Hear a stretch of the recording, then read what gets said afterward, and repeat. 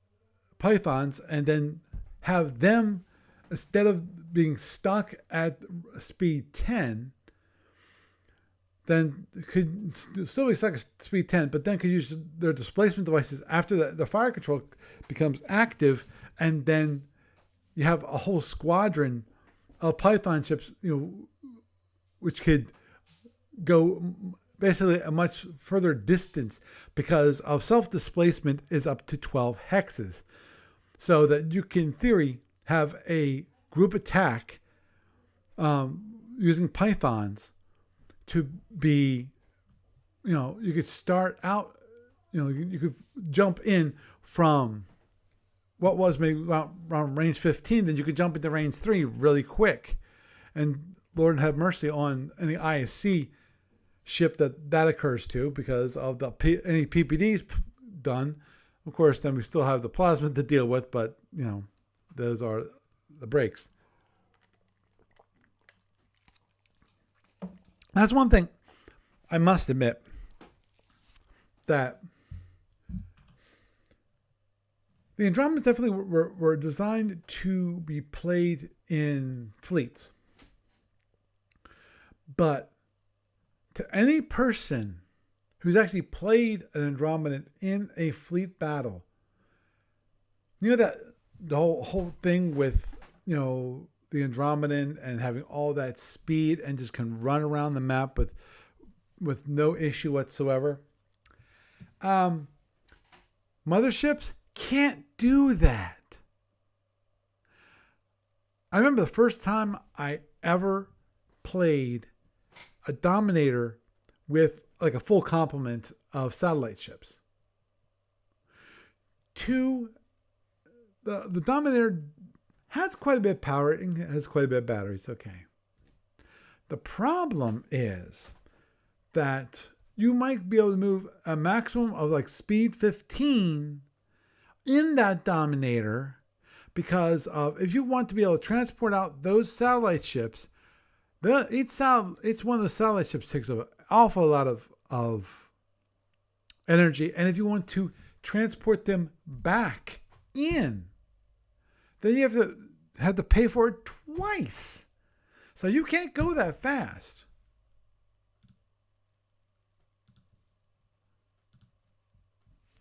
Hey, Gary.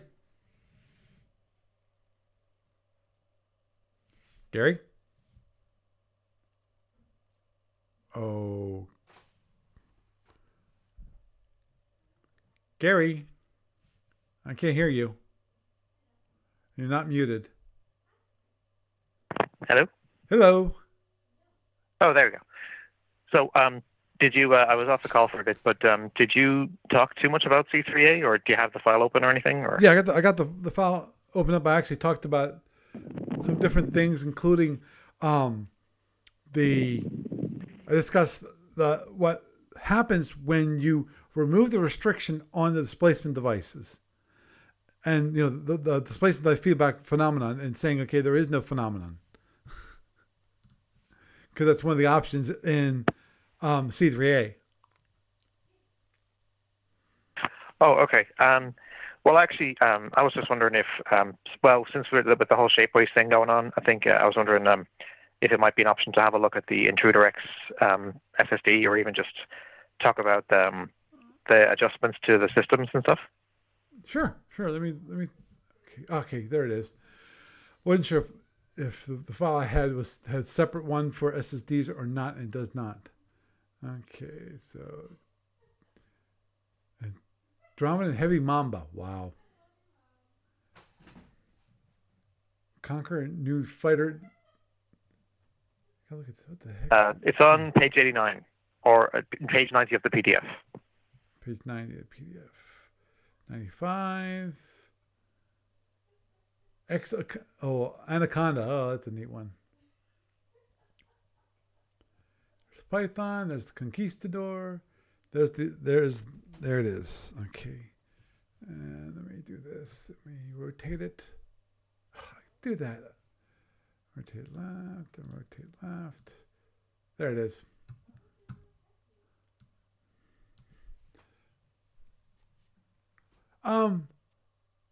were the batteries any better in the X ships for the Andromedans?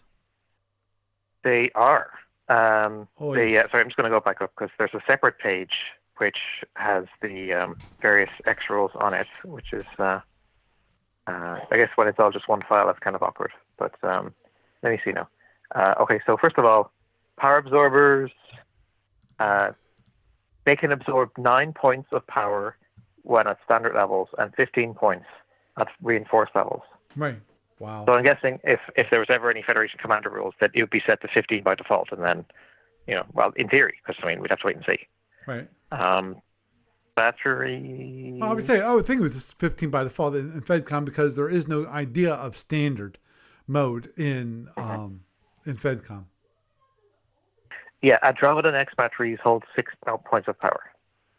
Okay, where's the X rules? What page on PDF? They start on page 49, which is page 50 of the PDF. Okay, page 50 of the PDF. Okay, I'll get there because I put a bookmark for the 50 improved technology. Okay, actually, it's 49 and the PDF. Power absorbers. Yep. Disruptor leaks is total damage from disruptor equal to 3 points per panel box. Yay. Yeah, the degradation has been reduced down to 10% as well. 25% of the power can be transferred to batteries instead of 10.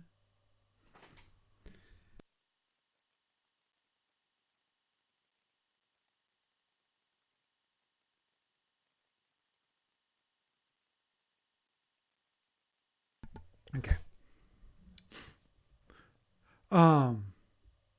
They can dissipate 2 points of energy from the panels. If I recall correctly, darn, I have to see if I have maybe I have to get an old copy of the rules. Because I almost think that originally, back in the day, before they got added degradation so far in the Captain's Edition, the amount of power that could be absorbed into the batteries, I thought it was 25% back then. And then they changed it to 10.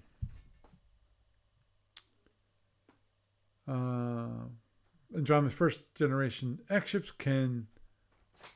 Okay, so make sure I'm still here. Okay. Wow, you actually can hold heavy TR beams.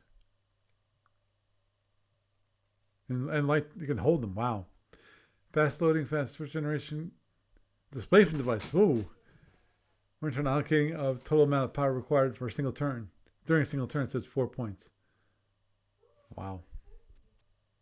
What's interesting is that, from what I can tell, there's no range limit for the fast-loaded TR beams either, because for some empires, when they fast-load one of their weapons, they're limited to range 15. Mm-hmm. Yep. So it'd be still, even, okay, power absorbers, anything with, there's the dissection beam, plasma pods, which I thought were quite an interesting technology. What the heck's this?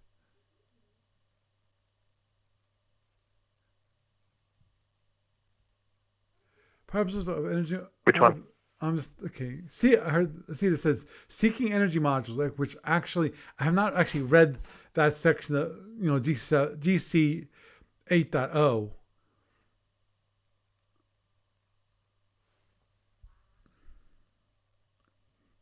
I assume that what is that more of a leech or something? I don't know.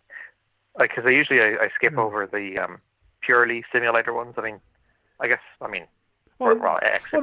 simulator chips. What I mean is that weapons like the dissection beam, they're quote unquote real because they exist in the alternate timeline. But and it's not entirely impossible that the Andromedans might have X ships back in their home galaxy. But usually, like if there was an X ship to appear at some point future later in the timeline, I guess it would make more sense.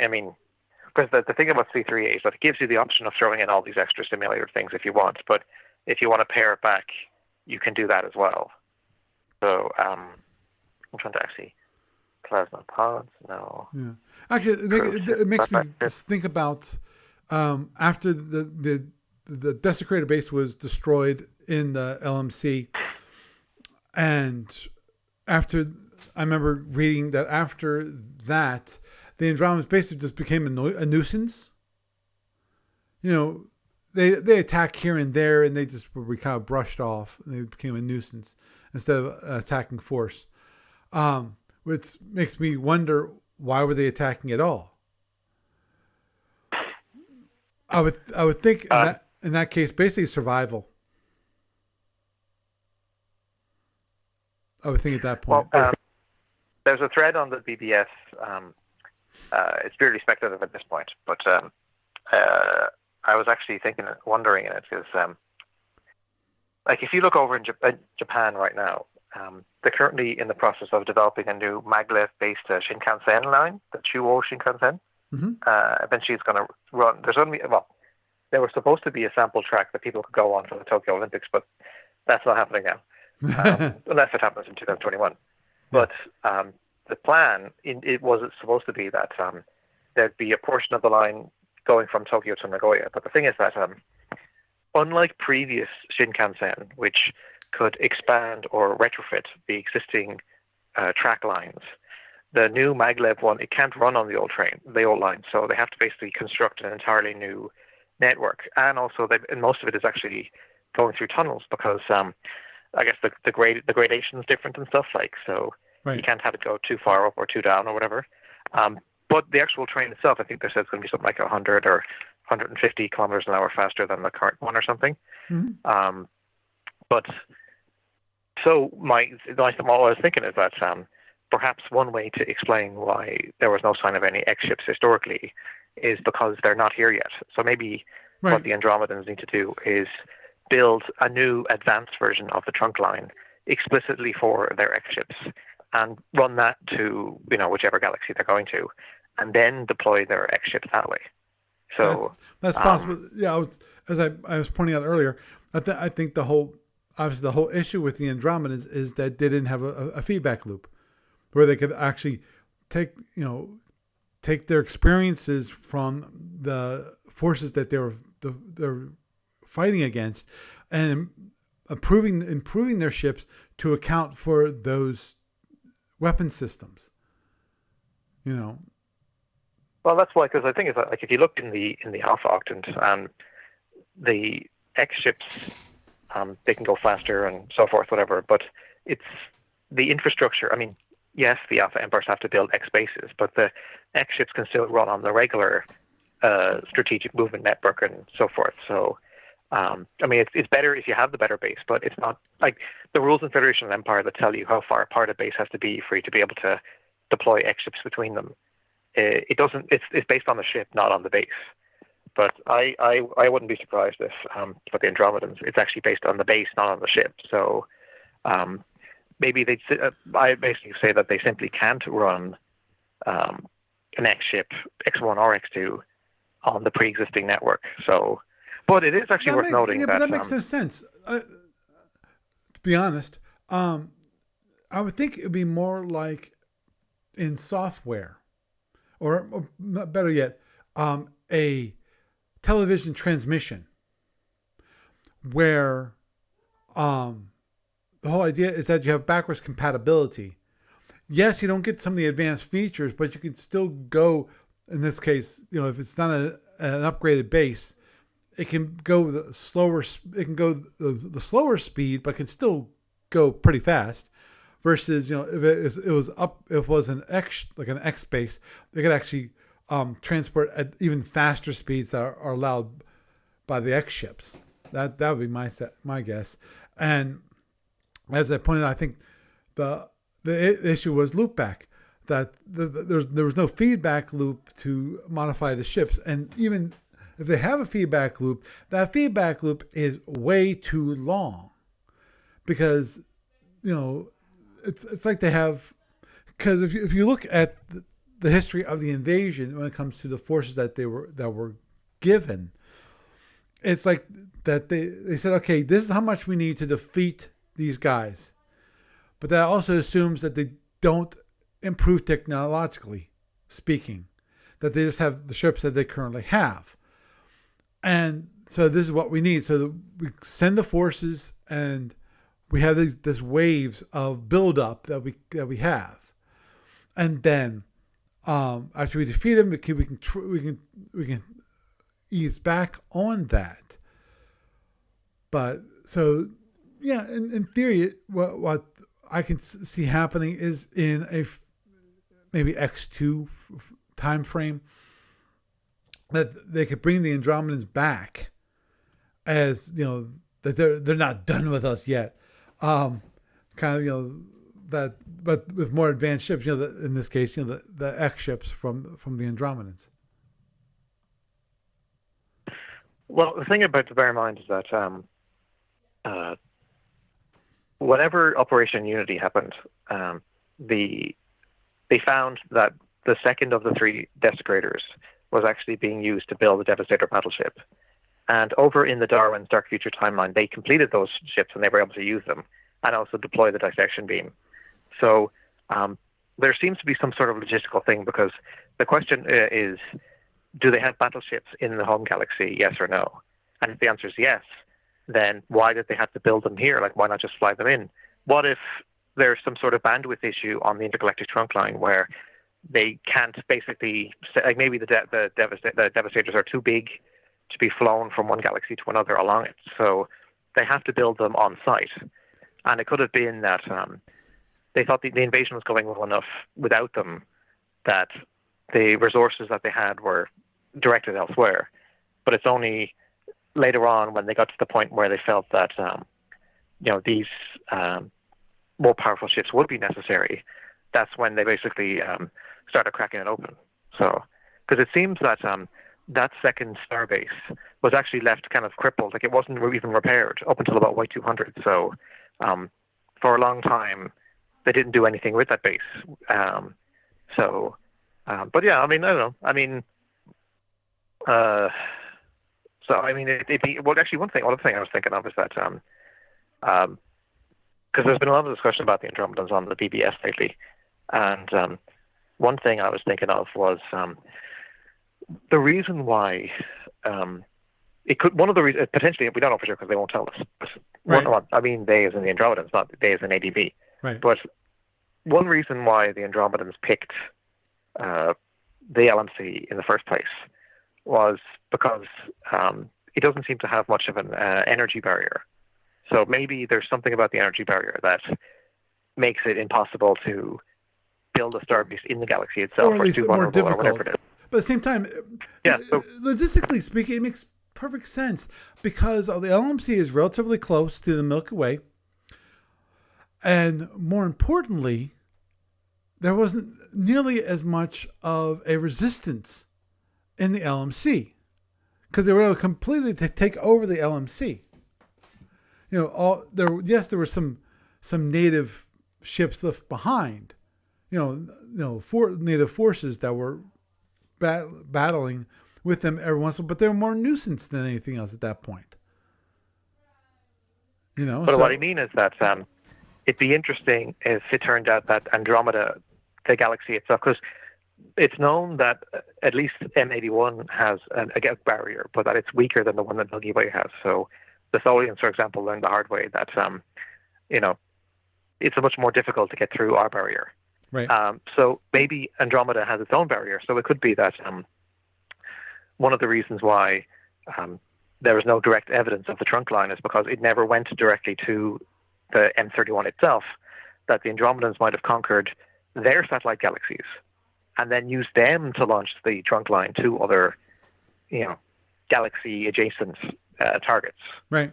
So, yeah, I think that kind of thing might be interesting. But yeah, I don't know. I mean, I know that the big bad for X2 will be the Zorkalians, but so I don't know whether or not ADB would want to have the Andromedans in reserve. But I mean, on the other hand, I mean, as long as it's something different, because I guess that would be the handy thing about these Andromedan X ships, or possibly once X2 comes out for Alpha, whenever that is. one could then figure out, well, what would the Andromedan answer to that be? And there's probably some way to keep them, like as at least the potential of, something different, if that makes sense. Right. Of course, here's the difficult part, the way I see it, for the Andromedans and the Milky Way overall, in that the biggest thing that the Andromedans had for them when they invaded the Milky Way, obviously first they took over the Elm-Sea, then they attacked the Milky Way, and that is the element of surprise. We didn't know how they operated. When it comes to the RTN network and how the ships worked and so forth. So they had kind of had the surprise in their, the element of surprise for attacking. So, because it was, obviously when you don't know what strength your enemy is, you hold back a little bit because of you don't know what he can do, and you want to find out what he can do so you know what you can do against them, or whether it's better to leave the field of battle and so forth. So the question is, in my mind, is that when it comes to Andromeda's X ships or any other Andromedan ships in the Starfleet universe, it is where? Would they attempt another invasion of the Milky Way, or would they attempt, or would the next invasion attempt be at some other galaxy, like the Tholian, the old Tholian galaxy, M81? Well, I suppose it's possible that they were already targeting other galaxies like Triangulum and stuff. Right. We don't know for sure about Triangulum because the Triangulum history only goes to a certain point, but it would seem reasonable. But yes, there is a point to be said that the people would know their trick in terms of the RTN. So right.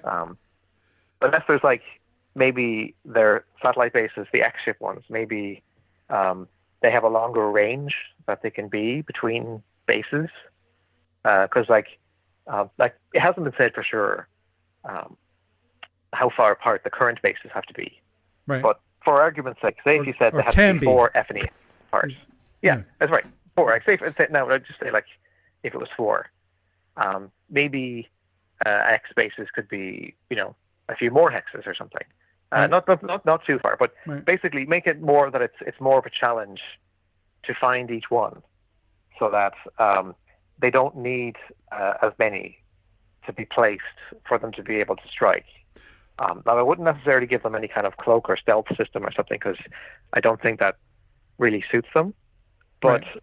I think one advantage that they could have is if the Zorkalians or someone else distracts the empires too much, or if they start fighting each other again, that could basically be their in, where if their enemies basically think, oh, we've already got it sorted, we'll take the foot off the gas, and then they don't have to take another 30 years to build up a RTN 2.0 or right. RTNX, whatever.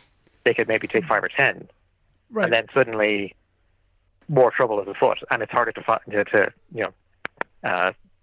catch up with them. Yeah. Well, and also, one thing that's interesting is that because I guess it's been suggested that maybe X2 might not have the same size limitation that X1 has, because with X1 you can't build bigger than a heavy command cruiser in X ship. You can't do X dreadnoughts or whatever, right. unless you're Gendarian rock ships, whatever. And so that logic was brought into C3A. So the Andromedan Intruder X is the biggest X ship that they have.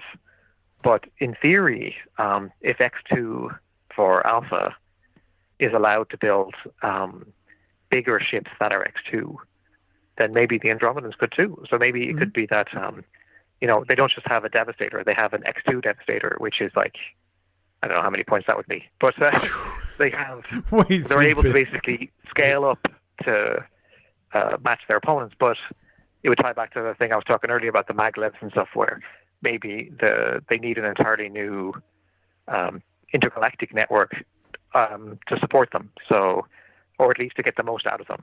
Right. I think the big thing for a next generation Andromedan would be the basis, or would be the key to this, because that's what was the key to the first attack. And more to the point, it's not that they need a cloaking device, because putting a base in the middle of nowhere is hard to freaking find. But what caused the downfall of the network was the trails. Now, obviously the Andromedans, they did their best to hide the trails by creating these false trails that went out in the middle of nowhere.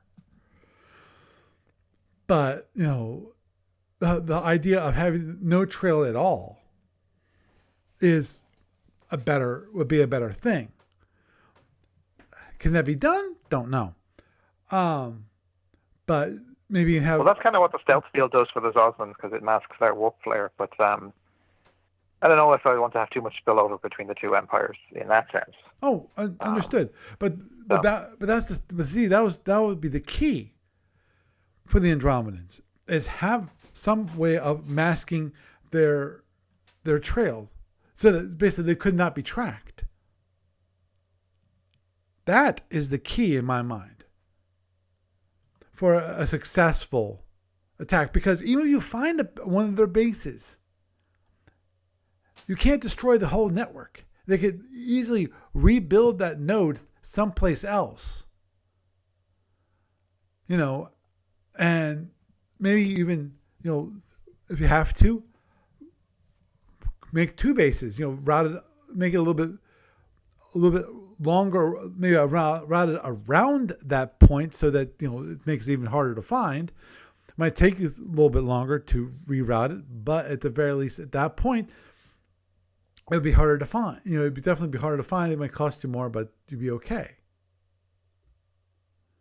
The whole idea, because that's what was the real issue that happened with the Andromedans, is that the RTN network was broken down, so that slowed down how fast the ships could move, strategically. So in my mind, that is where they would need to be improved. Yes, they'd have to have improved ships, because of obviously their opponent is improved. And I would think at the very least, the initial Andromedan attack would send back reports about those battles, and so that the ships could be improved. At the very least, even if it wasn't for retaking or re-attacking, try the invasion again against the Milky Way, maybe for the next galaxy over, the next one that they had planned to invade.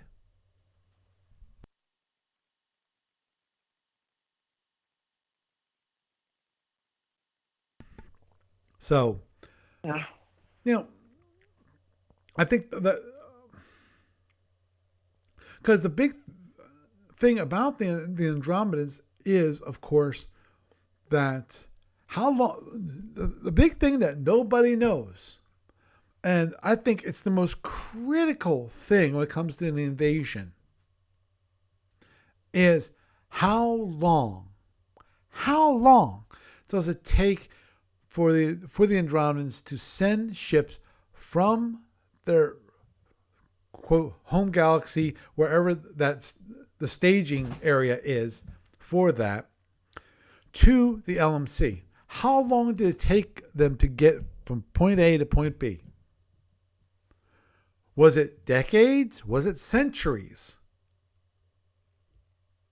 My guess would be that it was decades. You mean like when the trunk line was working, or initially? Well, I'm not sure how long it takes to set up. See, that's another question: is how long does it take to set up the trunk line? Well, I guess the working hypothesis has been about 200 years, but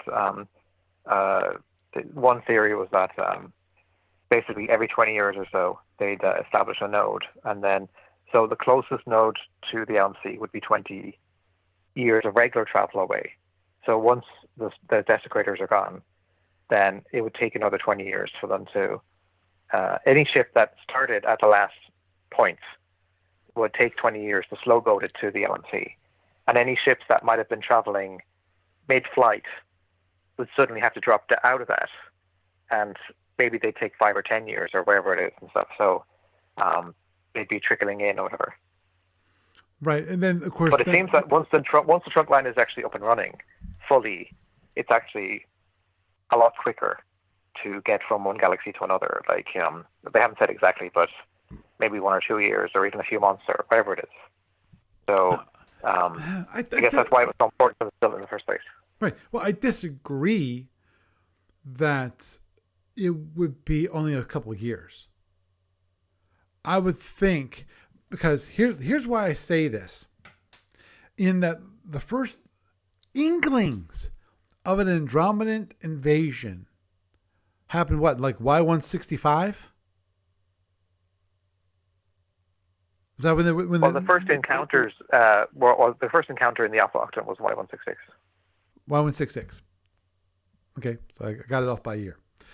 So that's when they first basically were scouting out. The way I figured, that's when they were scouting out the Milky Way to say, okay, what kind of forces that they have, what kind of weapons do they have, and so forth. So the real start of the invasion didn't start until like what, 184? Well, 188 in the Alpha Octant, and then about 192 in Omega. Okay, 188. Okay. But the thing is that the invasion kind of, in both areas, it rolled out in stages. So right. Like but the Federation and Klingons weren't attacked until 192, but the ISC were the first target, and so on. And in Omega too, actually, because they tried to set the Red Nebula up as a beachhead, so they attacked them a few times in the Y180s.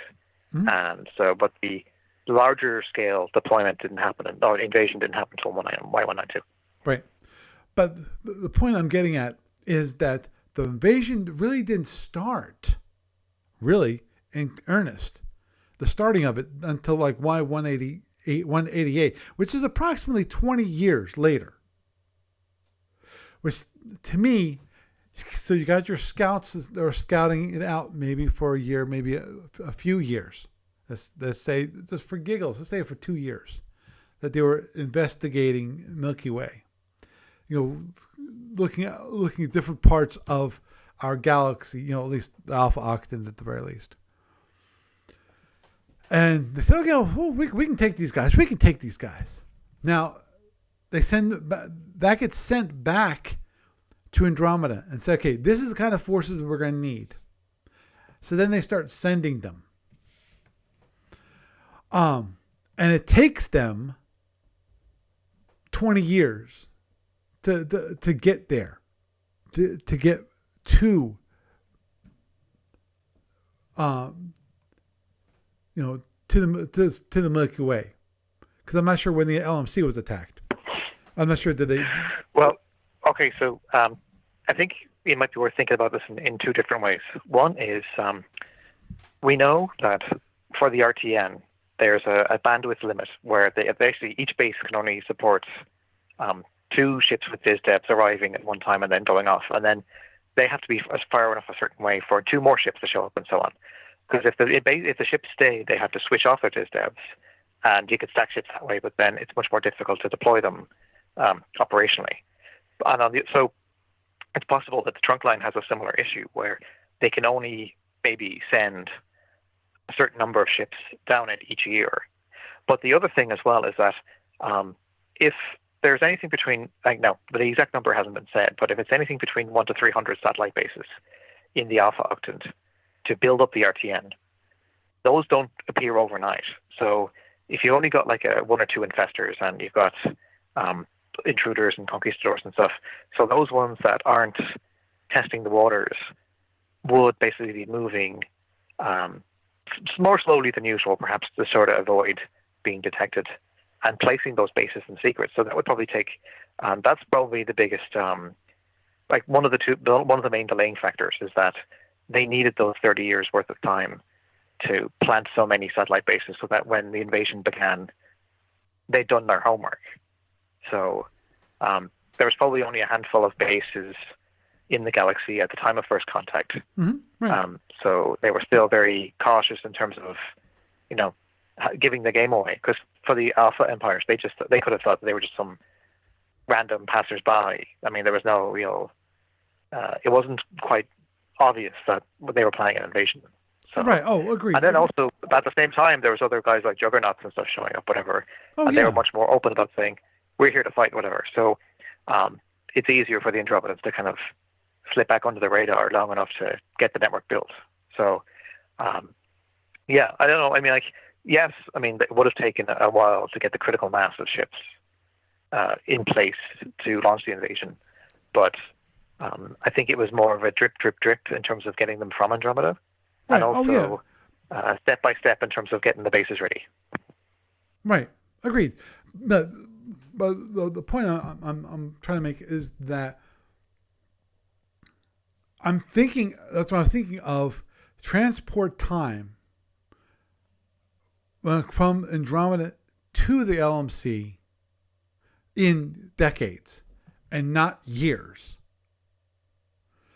Because I would think by that time they had at least set up some of what was needed for the invasion. Now, as I said, the critical thing for me is when was the LMC actually defeated? Okay, so that is what I'd recommend Captain's Log 49 for, and also there's a sample PDF that's an extract from Module C5 that spells out the Andro timeline. But basically, the first arrival was in Y138, and then over the next about 6 or 7 years, they were bringing in one intruder per year to include and the infestor as well.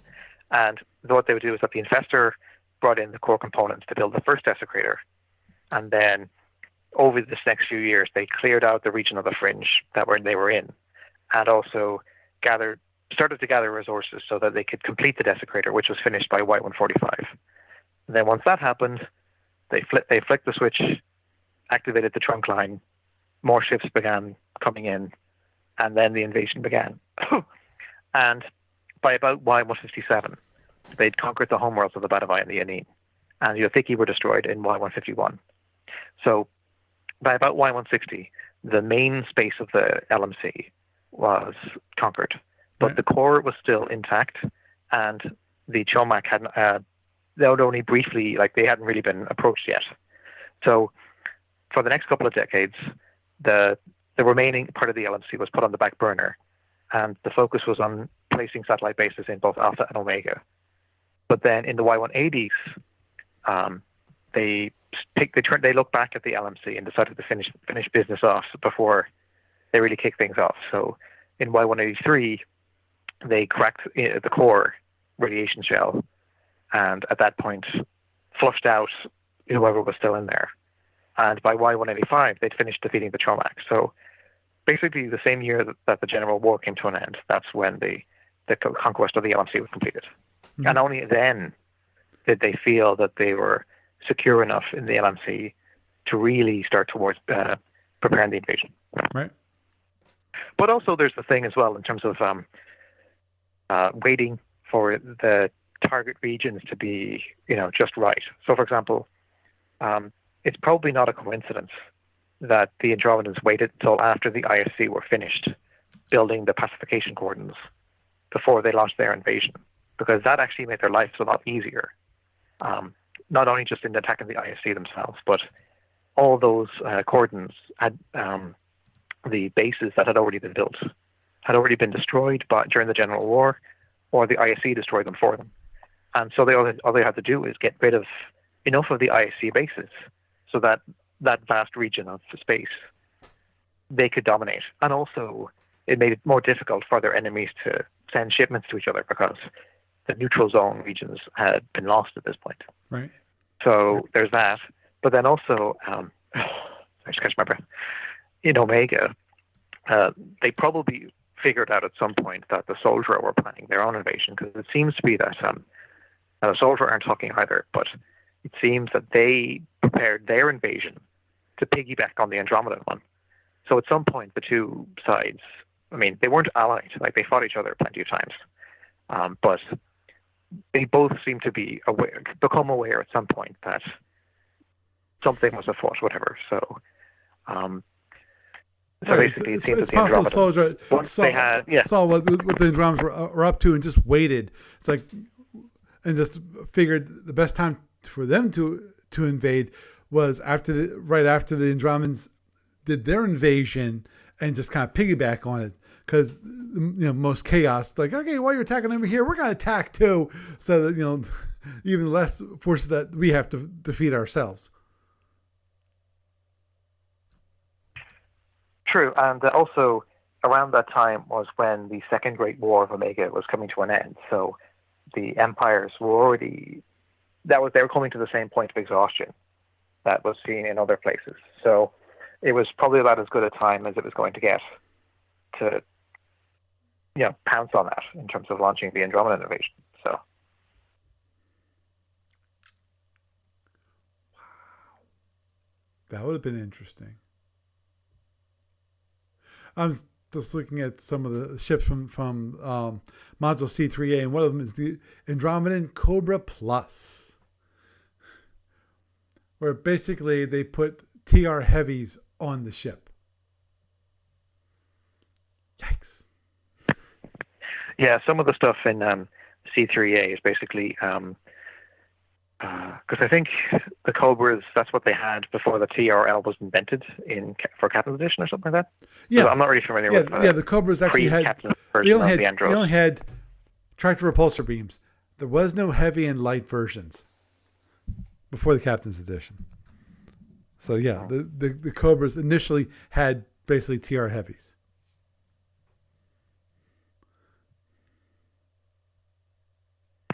But I was going to say,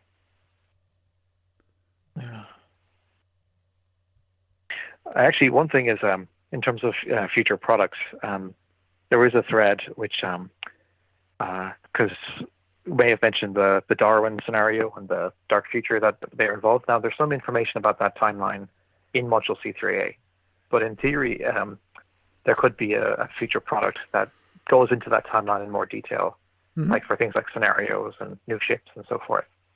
And one thing that's interesting is that I'm really trying to catch my breath. The Federation in that timeline, they eventually start deploying gunboats. So it would be an excuse for people to get those new PF packs on shapeways. Mm-hmm.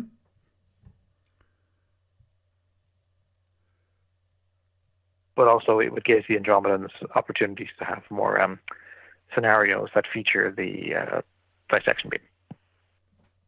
Yep. Actually, was it the section beam was the only one that came from the alternate future, alternate timeline? That's right. All the other new weapons or systems and stuff were just made up in the simulators. Okay, so like the spatial distortion field was one of them. Yeah, it was basically like they thought that they might come up with something like that, but they didn't. Right. Even in the other timeline. Yeah, the spatial distorter is a hypothesized Andromedan system with the effect similar to the temporal elevator. Oh, that's an interesting. Don't like it. If it existed, it would have been used to defend the Andromedan mothership and satellite ships, or to disrupt the operations of the enemy units. Yeah. I still remember the temporal elevator and the whole idea of levels, so you kind of push it away. I think the whole idea was, yeah, I remember the temporal elevator. The original idea behind it was to have a defense against plasmas for the bases. and they decided that didn't quite work. So that's when they came up the PA mines, which are quite cool. To suck the energy out Well, of the thing about the plasmas. I suppose the interesting thing about the Andromedan bases is that because for a lot of other empires, the bases project power because they've got things like phaser fours and more heavy weapons and stuff, whatever. But of course, in the case of the Andromedans, it's the reverse. Like their bases, or what they're supposed to be hidden, but if they're ever discovered, then it's almost like a pirate base, basically, in that I guess the point is that you can basically pack it up and move it again, which would be an interesting thing to figure out for F&E terms, whatever, is that because if you have like a base that's just a single satellite base, mm-hmm. presumably the time it takes to deactivate it and transport it onto a mothership and move it somewhere else is much lower. Because if you have a battle station, it's most likely, I guess, it's never sure, but like you might have to basically switch the base off and then dismantle all four components, right, and beam each of them up separately, because I don't think you'd be allowed to transport the entire base all at once. Right. So Agreed. Doing is like, you're bringing it to a new location and then you're reassembling it and stuff. So there's all those kind of things and stuff that you'd need to figure out in terms of. Yeah, but of course, for something like that, the real question in my mind is, would they be built to be disassembled? Because I can totally understand the whole idea of, that you use the satellite bases to create the battle stations and the base stations. You can piece them together. Those are the main modules, and then you can add a structure to connect them and make them work together. When it comes to cable, electric, power cable, power conduits, and things like that, where you can actually have it act as a base, that works together. But the question is, with that same base, when they were put it together, would there be ability to basically to disassemble it? Because I would think in most cases, what you'd be doing is you'd be basically soldering it to, welding it together. And when you weld it together, usually welds aren't designed to be broken and taken apart. Now, obviously these are Andromedans, so it's possible they might want, we need to be able to tear these things down quickly and move them. So there might be one of those abilities that the Andromedans have because of the way they built their bases. I'm actually just looking back in the module C3 rules to see if there's anything they say about disassembling the bases. Right. Because usually, like, when you're assembling them, of course, they count as those boxes and stuff until the systems are activated. But right, and normally those kind of things, like any other base, are they're as inside pods, or they're towed there and so forth. And they normally, when it comes to rules, they don't cover them because most of those rules are designed for tactical situations. And normally you don't you don't put together a star base in the middle of a battle. Well, it says here the control boxes. The core module, if in a legal configuration, cannot undock satellite bases during a scenario. So does that mean that if it's between scenarios they can't undock, then you can pack them up separately? I don't know. I would think you could. In certain scenarios, a no module might appear, which is yet to dock its satellite bases. Blah, blah, blah. But again, that's one of those things that's more of a strategic versus tactical. Mm-hmm. So it's something, definitely would be something for F&Es kind of things. And even that would probably be abstracted to a certain degree, where instead of disassembling it, what you just say, it takes longer to move a battle station or a base station versus a satellite base. They just add more time to it. You know, though again, even those, the problem is the F&E time scale is what, 6? What's the time scale for a turn in F&E? Do you remember? 6 months. I thought it was 6 months too. Which I don't think it would take 6 months to disassemble a base that was meant to be disassembled. I would think it would take maybe, might take a day or more or whatever if it was meant to be disassembled. So it might be a Federation Admiral that was being discussed, the campaign level, the operational level game. Right.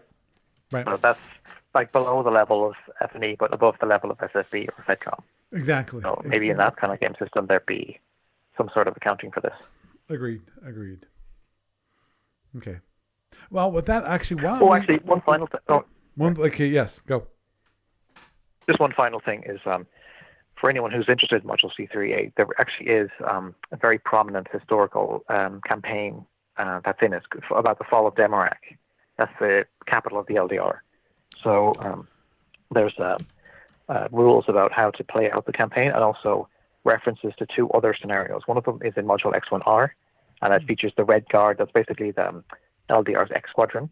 And also there's a separate scenario which refers to some of the units that had been held in reserve at the capital, and they were sent to defend this other colony at the time that the main conquest happened.